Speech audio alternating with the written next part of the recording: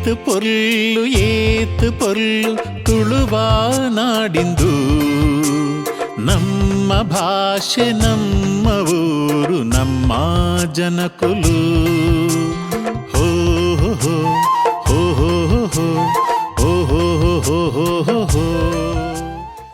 ಕಾಸರಗೋಡು ಸಪ್ತ ಭಾಷಾ ಸಂಗಮ ಸ್ಥಾನ. ಇಲ್ಲಿ ಹಲವಾರು ಭಾಷೆಗಳು ಇದೆ. ಅವುಗಳಲ್ಲಿ ಪ್ರಧಾನವಾಗಿ ತುಳು ಭಾಷೆ ಕೂಡ ಭಾಳಷ್ಟು ಪ್ರಾಮುಖ್ಯತೆಯನ್ನು ಹೊಂದಿದೆ. ಈ ನಿಟ್ಟಿನಲ್ಲಿ ಕೇರಳ ಸರ್ಕಾರ ಹಾಗೂ ಕರ್ನಾಟಕ ಸರ್ಕಾರ ತುಳು ಅಕಾಡೆಮಿಯನ್ನು ಆರಂಭ ಮಾಡಿ ಭಾಳಷ್ಟು ವರ್ಷಗಳೇ ಕಳೆದು ಹೋದವು. ಸೊ ಈ ನಿಟ್ಟಿನಲ್ಲಿ ಕೇರಳ ತುಳು ಅಕಾಡೆಮಿ ಏನೇನು ಕಾರ್ಯಕ್ರಮಗಳನ್ನು ತುಳುವಿನ ಉಳಿವಿಗೋಸ್ಕರ ಅದರ ಅಭಿವೃದ್ಧಿಗೋಸ್ಕರ ಮಾಡ್ತಾ ಇದೆ ಎಂಬ ಬಗ್ಗೆ ಇಲ್ಲಿಯ ತುಳು ಅಕಾಡೆಮಿಯ ಈಗಿನ ಅಧ್ಯಕ್ಷರಾದ ಶ್ರೀ ಜಯಾನಂದ ಅವರು ಒಂದೆರಡು ಮಾತಲ್ಲಿ ತಿಳಿಸ್ಬೇಕಂತ ನಾನು ಅವರ ಹತ್ರ ಕೇಳಿಕೊಳ್ತಾ ಇದ್ದೇನೆ. ಕೇರಳ ರಾಜ್ಯ ಸರ್ಕಾರವು 2006ರಲ್ಲಿ ವಿ.ಎಸ್. ಅಚ್ಯುತಾನಂದನ್ ಮುಖ್ಯಮಂತ್ರಿ ಆದಂಥ ಸಂದರ್ಭದಲ್ಲಿ ಅಂದಿನ ಕಾಸರಗೋಡು ಸಂಸದರಾದಂಥ ಪಿ. ಕರುಣಾಕರನ್ ಮತ್ತು ಮಂಜೇಶ್ವರದ ಎಮ್.ಎಲ್.ಎ. ಆಗಿದ್ದಂಥ C.H. ಕುಂಜಂ ಅವರ ಪರಿಶ್ರಮದ ಫಲವಾಗಿ 2007 ಸೆಪ್ಟೆಂಬರ್ 3ರಂದು ಶ್ರೀಕೃಷ್ಣ ಜನ್ಮಾಷ್ಟಮಿಯ ದಿವಸ ಕೇರಳ ತುಳು ಅಕಾಡೆಮಿಯ ಉದ್ಘಾಟನೆ ಈ ಹೊಸಂಗಡಿಯಲ್ಲಿ ನೆರವೇರಿಸಿ ಅಂದು ತುಳುನಾಡಿಗೆ ದೊಡ್ಡ ಒಂದು ವಿಜಯದ ಆಘೋಷವಾಗಿತ್ತು ಈ ದಿವಸ. ಯಾಕಂದರೆ ತುಳುನಾಡಿಗೆ ದೊಡ್ಡ ಚರಿತ್ರೆ ಇದೆ. ನಾವೀಗ ಕೇರಳದ ಭಾಗವಾಗಿದ್ದರೂ ಕಾಸರಗೋಡು ಮಂಜೇಶ್ವರ ತಾಲೂಕಿನಲ್ಲಿ ಒಂದು 70 ಶತಮಾನದಷ್ಟು ಮಂದಿ ವ್ಯಾವಹಾರಿಕವಾಗಿ ಮಾತಾಡುವ ಭಾಷೆ ತುಳು, ಮನೆಯಲ್ಲಿ ಮಾತಾಡುವ ಭಾಷೆ ತುಳು. ಆದರೆ ತುಳುವಿಗೆ ದೊಡ್ಡ ಪ್ರಾಧಾನ್ಯತೆ ಇರುವಂಥ ಪ್ರದೇಶವಾಗಿದೆ. ಆಗ ನೀವು ಹೇಳಿದಾಗೆ ಒಂದು ಸಪ್ತಭಾಷಾ ಸಂಗಮ ಭೂಮಿಯಿಂದ ಆಚೆ ಇಲ್ಲಿ ಭಾಷೆಗಳಿವೆ. ಸಪ್ತಭಾಷೆ ಏನಲ್ಲ, ಅದಕ್ಕಿಂತಲೂ ಹೆಚ್ಚು ಭಾಷೆಗಳು ಮಾತಾಡುವಂಥ ಒಂದು ಪ್ರದೇಶವಾಗಿದೆ ಈ ತುಳುನಾಡು. ರಾಷ್ಟ್ರಕವಿ ಗೋವಿಂದಪ್ಪಯ್ಯವರು 22-23 ಭಾಷೆಗಳನ್ನು ಕಲಿತಂಥ ವ್ಯಕ್ತಿತ್ವ. ಅದೇ ರೀತಿ ಮಂಜೇಶ್ವರ ಎಂಬುದು, ಈ ತುಳುನಾಡು ಎಂಬುದು ಒಂದು ಮಿನಿ ಇಂಡಿಯಾ ಅಂತ ಹೇಳ್ಬೋದು. ಅಷ್ಟು ಭಾಷೆಗಳು ಇಲ್ಲಿದೆ. ಆ ಭಾಷೆಗಳ ಎಡೆಯಲ್ಲಿ ತುಳು ರಾಜಭಾಷೆಯಾಗಿ ಮೆರೆಯುತ್ತಾ ಇದೆ ಇಲ್ಲಿ. ಕಾರಣ ಇಲ್ಲಿಯ ರಾಜಕೀಯ ಪಕ್ಷಗಳ, ಇಲ್ಲಿನ ಸಾಂಸ್ಕಾರಿಕ ರಂಗದ ಕಾರ್ಯಕ್ರಮ, ಧಾರ್ಮಿಕ ಕ್ಷೇತ್ರದಲ್ಲಿ ನಡೆಯುವಂಥ ಕಾರ್ಯಕ್ರಮ ಎಲ್ಲದರಲ್ಲೂ ತುಳು ಅತ್ಯಂತ ಪ್ರಧಾನವಾದಂಥ ಭಾಷೆಯಾಗಿದೆ. ಮಾತ್ರವಲ್ಲ, ಈ ಮಂಜೇಶ್ವರ ಯಾಕಂದರೆ ಟಿಪ್ಪು ಸುಲ್ತಾನ್ನ ಮರಣ ನಂತರ 1800ರ ಕಾಲಘಟ್ಟದಲ್ಲಿ ಈ ಪ್ರದೇಶ ಎಲ್ಲವೂ ಬ್ರಿಟಿಷ್ ಈಸ್ಟ್ ಇಂಡಿಯಾ ಕಂಪನಿಯ ಭಾಗವಾಗಿ ಮೆಡ್ರಾಸ್ ರೆಸಿಡೆನ್ಸ್ನ ಭಾಗವಾಗಿ ಹೋಯಿತು. ಅದರಲ್ಲಿ ದಕ್ಷಿಣ ಕನ್ನಡ ಜಿಲ್ಲೆ ಎಂಬಂಥ ಖ್ಯಾತಿ ಪಡೆದಂಥ ಈ ಕಾಸರಗೋಡು ಜಿಲ್ಲೆ ಸೇರಿದಂಥ ಪ್ರದೇಶ ಅಂದಿನ ಕಾಲದಲ್ಲಿ ಸೌತ್ ಕನ್ನಡ ಎಂಬಂಥ ಹೆಸರಿನಿಂದ ಮೆಡ್ರಾಸ್ ಪ್ರಾಂತ್ಯದ ಭಾಗವಾಗಿ ಸೇರಲ್ಪಟ್ಟಂಥ ಪ್ರದೇಶವಾಗಿತ್ತು. ಅದಕ್ಕಿಂತ ಮುಂಚೆ ಟಿಪ್ಪು ಸುಲ್ತಾನ್ ಹೈದರಾಲಿಯ ಕಾಲದಲ್ಲೂ ಈ ಪ್ರದೇಶ ಅವರ ಆಡಳಿತಕ್ಕೆ ಒಳಪಟ್ಟಂಥ ಸಂದರ್ಭದಲ್ಲಿ ಇಲ್ಲಿ ಕನ್ನಡ ಅವರ ವ್ಯಾವಹಾರಿಕ ಭಾಷೆಯಾಗಿತ್ತು. ಅದಕ್ಕಿಂತ ಮುಂಚೆ ಈ ಕೇರಿ ನಾಯಕನ ಕಾಲದಲ್ಲೂ ವಿಜಯನಗರ ಸಾಮ್ರಾಜ್ಯದ ಕಾಲದಲ್ಲೂ ಈ ಪ್ರದೇಶ ಎಲ್ಲ ಕನ್ನಡ ಭಾಷೆಯ ಅಧೀನತೆಗೆ ಒಳಪಟ್ಟಂಥ ಪ್ರದೇಶವಾಗಿತ್ತು. ಆದರೆ ಅದಕ್ಕಿಂತ ಮುಂಚೆ ಈ ಪ್ರದೇಶವನ್ನು ಆಡಳಿತ ಮಾಡಿದಂಥ ಬಲ್ಲಾಳಗಳು ಅಥವಾ ಜೈನ ಸಮುದಾಯದವರು, ಅದಕ್ಕಿಂತ ಮೊದಲಿದಂಥ ತುಂಡರಸರುಗಳೆಲ್ಲ ಕೊಂಗಳೆ ಸೀಮೆಯನ್ನು ಆಡಳಿತ ಮಾಡಿದವರು, ಅದೇ ರೀತಿ ಮಂಜೇಶ್ವರನ ಆಡಳಿತ ಮಾಡಿದವರು, ಈ ಪ್ರದೇಶವನ್ನು ವಿಟ್ಲವನ್ನು ಆಡಳಿತ ಮಾಡಿದ ರಾಜವಂಶದವರೆಲ್ಲವೂ ಅಂದಿನ ಅಬ್ಬಕರಾಣಿ ಸಹಿತವಾಗಿರುವ ಅವರೆಲ್ಲ ತುಳು ಭಾಷೆಯನ್ನು ಪ್ರಾಧಾನ್ಯತೆ ಕೊಟ್ಟಂಥವರಾಗಿದ್ದಾರೆ. ಅಂದು ವ್ಯಾವಹಾರಿಕ ಭಾಷೆ ತುಳು ಆಗಿತ್ತು. ಈಗ ನಾವು ಲಿಪಿಯ ಬಗ್ಗೆ ಮಾತಾಡುವಾಗ ತುಳುವಿಗೆ ಲಿಪಿ ಇಲ್ಲ ಅಂತ ಒಂದು ಕಾಲದಲ್ಲಿ ಹೇಳ್ತಾ ಇದ್ರು. ಡಾಕ್ಟರ್ ವೆಂಕಟರಮಣ ಪಣಿತಾಯ ಅವರವರು ತುಳು ಭಾಷೆಯ ಲಿಪಿಯನ್ನು ಕಂಡುಹಿಡಿದವರು. 2000 ವರ್ಷಕ್ಕಿಂತಲೂ ಹಿಂದಿನ ಕಾಲದ ತಾಳೆವರಿ ಗ್ರಂಥಗಳು ಇಲ್ಲಿ ಇದೆ ಎಂಬುದನ್ನು ಹೇಳ್ತಾ ಇದ್ದಾರೆ. ಶಾಸನಗಳು ತುಳು ಭಾಷೆಯಲ್ಲಿ ಇತ್ತು. ಉಡುಪಿ ಅಷ್ಟಮಠಾಧಿಪತಿಗಳು ಸಹಿ ಹಾಕೋದು ಈಗಲೂ ಸಹ ಪರ್ಯಾಯ ಇದಕ್ಕೆ ಸರಿ ಹಾಕೋದು ತುಳು ಭಾಷೆಯಲ್ಲಿ ಎಂಬುದು ಹೇಳ್ತಾರೆ. ಅದು ತುಳು ಭಾಷೆಗೆ ಇದ್ದಂಥ ಒಂದು ಪ್ರಾಧಾನ್ಯತೆ ಆಗಿತ್ತು. ಆದರೆ ಒಂದು ಭಾಷೆ ಉಳಿಬೇಕಾದರೆ ಒಂದು ರಾಜಾಡಳಿತ ಕಾಲದಲ್ಲಿ ಆ ರಾಜರ ಸಹಾಯ ಬೇಕು. ಅಂಥ ಸಹಾಯ ಇಲ್ಲದೇ ಈ 600-700 ವರ್ಷ ಕಾಲದಲ್ಲಿ ನಮ್ಮ ತುಳು ಭಾಷೆ ನಾಶವಾಯಿತು. ಈ ತುಳು ಭಾಷೆ ನಾಶವಾದ ಕಾರಣ ಆ ತುಳು ಭಾಷೆಗೆ ಇದ್ದಂಥ ಲಿಪಿಗಳಿಗೆ ಬದಲಾಗಿ ಬಂದಂಥದ್ದು ಕನ್ನಡ ಭಾಷೆ ಆಗಿದೆ. ನಾವು ಕನ್ನಡ ಭಾಷೆಯನ್ನು ದೂರದೇನಲ್ಲ, ಆದರೆ ತುಳು ಭಾಷೆಯನ್ನು ಹಿಂದಕ್ಕೆ ತಳ್ಳಿ ಎಲ್ಲ ವ್ಯಾವಹಾರಿಕ ಭಾಷೆಯಾಗಿ ಕನ್ನಡ ಮಾರ್ಪಾಡಾಯಿತು. ಆದ್ದರಿಂದ ತುಳು ಭಾಷೆಗೆ ಲಿಪಿ ಇಲ್ಲ ಎಂಬಂಥ ಖ್ಯಾತಿಯೂ ಬಂತು. ಆ ಕಾಲದಲ್ಲಿ ಯಾಕಂದರೆ 13-14ನೇ ಶತಮಾನದ ಚರಿತ್ರೆಯನ್ನು ಪರಿಶೋಧನೆ ಮಾಡುವಾಗ ಈ ಭಾಗದಿಂದ ಉಡುಪಿಯಿಂದ ಶುರು ಮಾಡಿ ನಮ್ಮ ಈ ಕಾಸರಗೋಡು ಜಿಲ್ಲೆಯ ವಿವಿಧ ಪ್ರದೇಶದಲ್ಲಿದ್ದಂಥ ಬ್ರಾಹ್ಮಣರು ಈ ಪ್ರದೇಶವನ್ನು ಬಿಟ್ಟು ತಿರುವಂಗೂರಿಗೆ ಹೋದಂಥ ಚರಿತ್ರೆ ಇದೆ. ತಿರುವಂಗೂರಿನಲ್ಲಿ ಈಗಲೂ ಪೋತೀಸ್ ಎಂಬಂಥ ಹೆಸರಿನಲ್ಲಿ ಇರುವಂಥ ಒಂದು ವಿಭಾಗ ಬ್ರಾಹ್ಮಣರು. ಅವರು ಮಾತಾಡುವ ಮನೆ ಮಾತು ತುಳು. ಈಗಲೂ ತಿರುವನಂತಪುರದಲ್ಲಿ ಹೋದಾಗ ಹಲವಾರು ಮಂದಿ ನಮಗೆ ಸಿಗ್ತಾರೆ ತುಳು ಭಾಷೆ ಮಾತಾಡುವರು. ಕೇರಳದ ಅತ್ಯಂತ ಪ್ರಸಿದ್ಧವಾದಂಥ ಅನಂತ ಪದ್ಮನಾಭ ದೇವಸ್ಥಾನದಲ್ಲಿರುವಂಥ ಪೂಜೆ ಮಾಡುವ ಬ್ರಾಹ್ಮಣರೆಲ್ಲ ತುಳು ಭಾಷೆ ಮಾತಾಡುವರು. ಆದರೆ ತುಳುಗೆ ಸ್ವಲ್ಪ ವ್ಯತ್ಯಾಸ ಇದೆ. ಯಾಕಂದರೆ ಈ ಮಂಜೇಶ್ವರದಲ್ಲಿ ಮಾತಾಡೋ ತುಳು, ಉಡುಪಿಯಲ್ಲಿ ಮಾತಾಡೋ ತುಳು ಎಲ್ಲ ವ್ಯತ್ಯಾಸ ಇರುವಂಥ ತುಳುಗಳಾಗಿದೆ. ಆದರೆ ಇವರೆಲ್ಲರೂ ತುಳು ಭಾಷೆಯಲ್ಲಿದ್ದ ಮಾತಾಡುವಂಥ ಒಂದು ವ್ಯಕ್ತಿಗಳಾಗಿದ್ದಾರೆ. ಆದ್ದರಿಂದ ತುಳು ಭಾಷೆಯ ಪ್ರಾಧಾನ್ಯತೆ ಎಂಬುದು ಅತ್ಯಂತ ಪ್ರಧಾನವಾದದ್ದು. ಈ ತುಳು ಭಾಷೆ ಚರಿತ್ರೆ ಆಗಿತ್ತು. ನಮಗೆ ರಾಜಾಶ್ರಯ ಇಲ್ಲದ ಕಾರಣ ನಮ್ಮ ತುಳು ಭಾಷೆಗೆ ಲಿಪಿಯನ್ನು ಉಪಯೋಗಿಸಿ ಅದನ್ನು ಪ್ರಚಾರಪಡಿಸಲು ಸಾಧ್ಯವಾಗಿಲ್ಲ. ಮಾತ್ರವಲ್ಲ, ತುಳು ಅಕಾಡೆಮಿ ನಾನು ಆಗ ಹೇಳಿದಾಗಲೇ 2007 ಸೆಪ್ಟೆಂಬರ್ 3ರಂದು ಇಲ್ಲಿ ಉದ್ಘಾಟನೆ ಆಯಿತು. ಆಗ ತುಳು ಅಕಾಡೆಮಿಯ ಪ್ರಥಮ ಅಧ್ಯಕ್ಷರಾಗಿ ಡಾಕ್ಟರ್ ವೆಂಕಟರಾಜ ಪುಣೀಚಿತ್ತಾಯರು ಬಂದರು. ವೆಂಕಟರಾಜ ಪುಣೀಚಿತ್ತಾಯ ಎಂಬುದು ಲೋಕ ಪ್ರಸಿದ್ಧಿ ಪಡೆದಂಥ ಒಂದು ವ್ಯಕ್ತಿಯಾಗಿದೆ. ನಶಿಸುತ್ತಿರುವಂಥ ಒಂದು ಭಾಷೆಯನ್ನು ಮೇಲಕ್ಕೆತ್ತಿದ ಒಂದು ನದಿಯಲ್ಲಿ ಮುಳುಗುವಂಥ ವ್ಯಕ್ತಿಯನ್ನು ಮೇಲಕ್ಕೆತ್ತಿದಾಗೆ ನಶಿಸುತ್ತಿದ್ದಂಥ ಒಂದು ತುಳು ಭಾಷೆಗೆ ಲಿಪಿಯ ರೂಪ ಕೊಟ್ಟು ಅದನ್ನು ಜನರಲ್ಲಿ ಮುಟ್ಟಿಸಿದಂಥ ವ್ಯಕ್ತಿತ್ವ ಮಾತ್ರ ಅಲ್ಲ, ಹಲವಾರು ತುಳು ಗ್ರಂಥಗಳನ್ನು ಅದನ್ನು ತರ್ಜಿಮೆ ಮಾಡಿ ತುಳು ಗ್ರಂಥಗಳನ್ನು ತರ್ಜಿಮೆ ಮಾಡಿ ಕನ್ನಡ ಭಾಷೆಗೆ ಭಾಷಾಂತರ ಪಡಿಸಿದಂಥ ಒಂದು ಮೇರು ಪರ್ವತ ಡಾಕ್ಟರ್ ವೆಂಕಟರಾಜ ಪುಣೀಚಿತ್ತಾಯರಾಗಿದ್ದಾರೆ.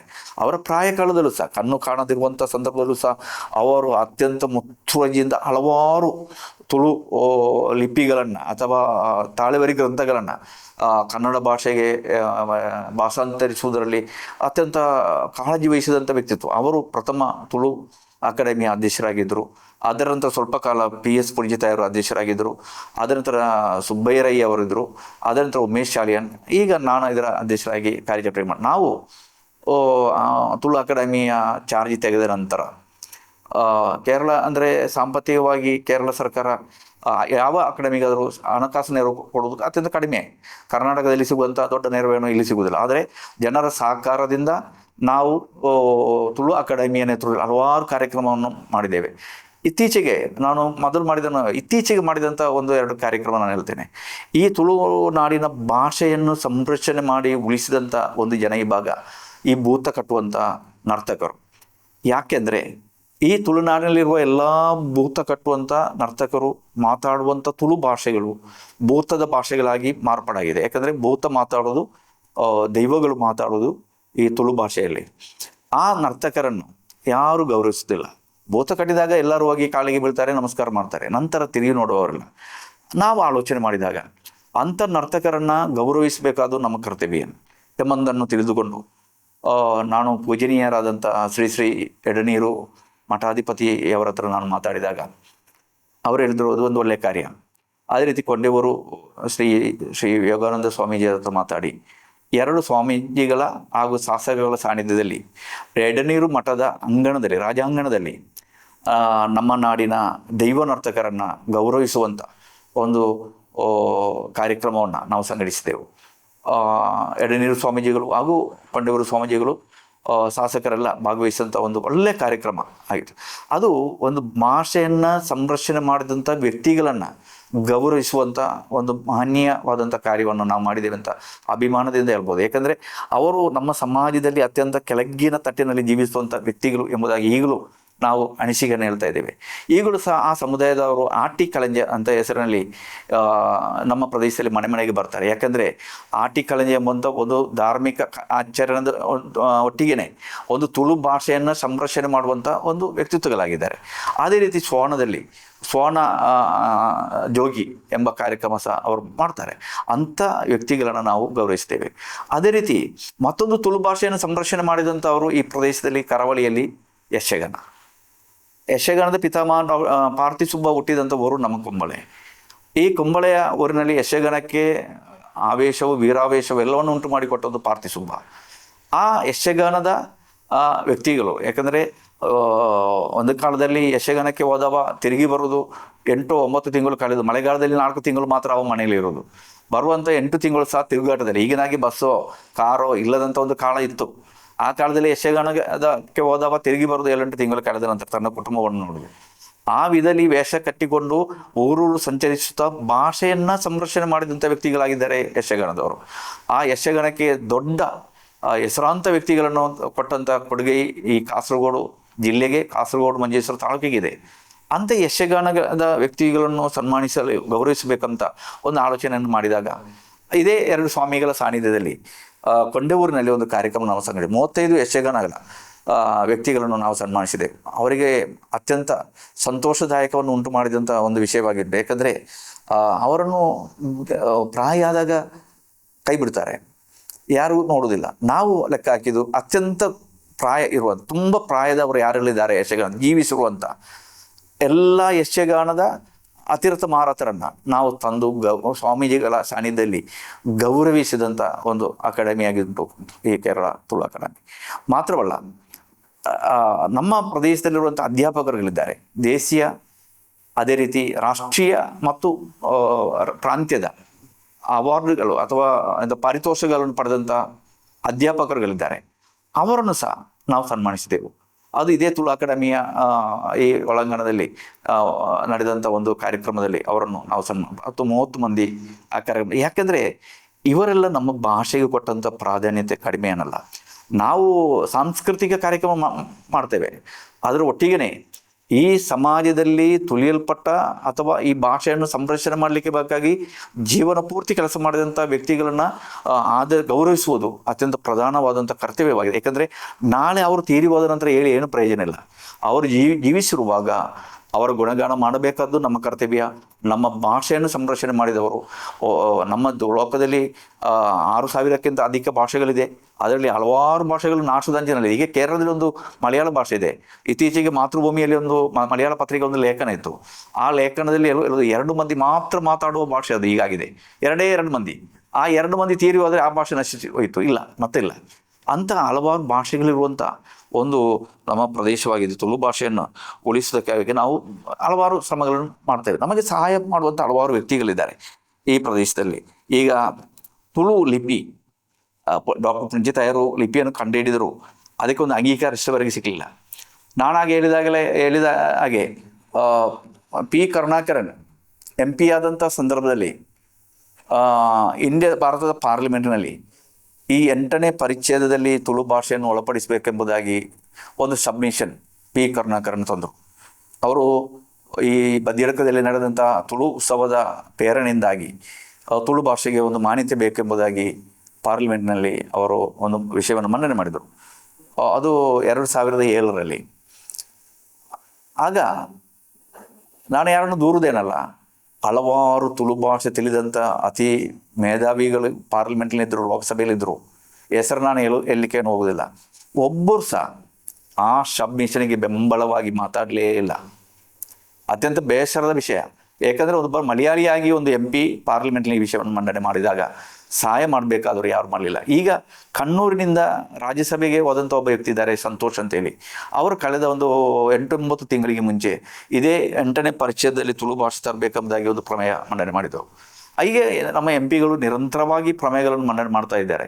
ಆದರೆ ಏನೋ ನಮ್ಮ ಭಾಷೆಗೆ ಏನೋ ನಾನಾಗ ಹೇಳಿದಾಗೆ ಎಲ್ಲ ಕಾಲದಲ್ಲೂ ತುಳಿತಕ್ಕೆ ಒಳಪಟ್ಟಂಥ ಒಂದು ಭಾಷೆ ಎಂಬುದಾಗಿ ಹೇಳ್ಬೋದು ತುಳುವನ್ನು.